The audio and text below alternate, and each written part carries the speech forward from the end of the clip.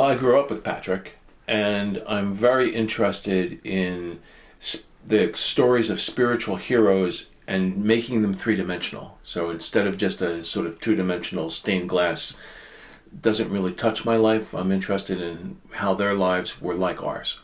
Well, your Patrick is a flawed young man, something Mm-hmm. of a coward in his youth, rejected by his family. He finds love and redemption in a kind of unlikely place.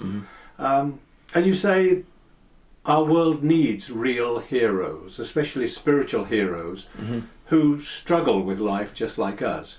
Can you talk a little bit more about that quest for the spiritual hero? Yeah, I believe that, each of us have the places where we're wounded, where we feel our scars.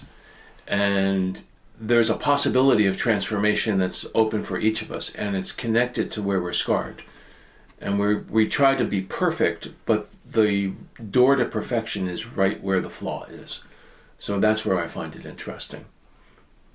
Reading through the book, it struck me that a subtitle could be a handbook for life in hard times. It could be.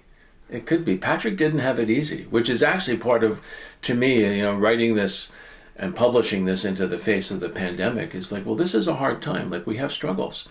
And he had struggles. He was kidnapped. He was isolated. He felt socially shamed.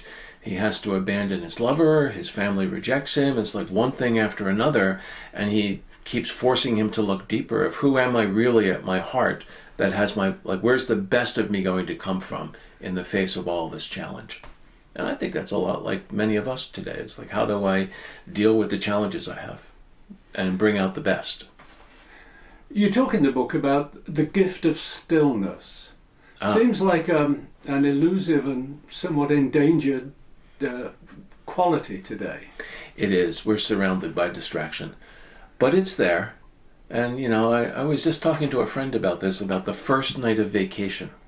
You have a week's holiday or longer, and that first night when you've booked off work at Friday night and you have this sense of openness in front of you and it's calm. And before you fill it up with all the things you want to do, there's like a relaxed moment. I think that's there.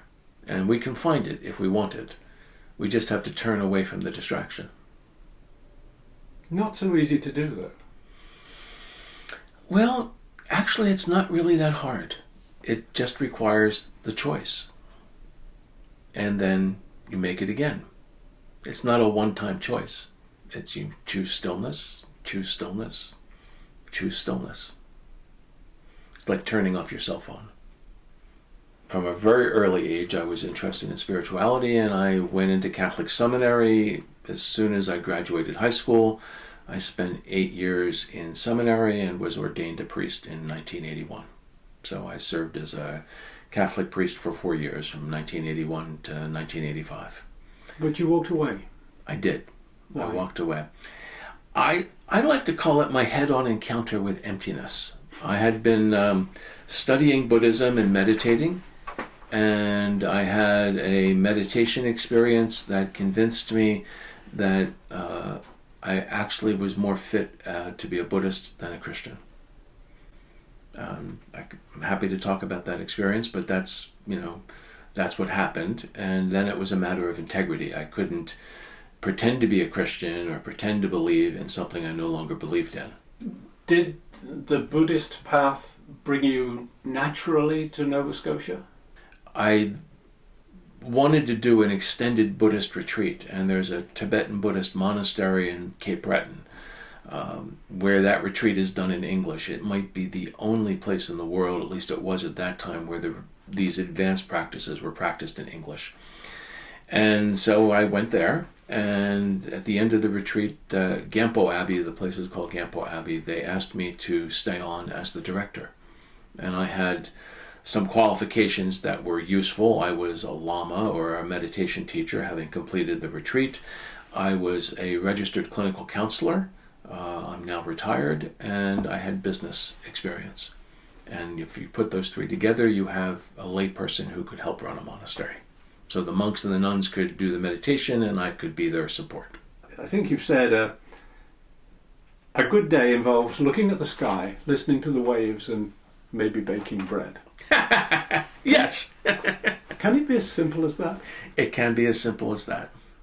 It's choosing to just be in our lives, so it's, so much of it we're looking elsewhere. We want our lives, we want some other now, to quote my teacher. There is no other now than now. We're all looking for some different now. But if you can just accept this is the now you get. Now, how do I show up? How do I bring my heart to now? And that's a very useful question. It's really that simple. And sometimes it's baking bread. Sometimes it's, saying good morning to the person you share your life with. Like, good morning. Did you sleep well? What's up? What are you doing today? Like, now we're having a love affair, and I just said good morning.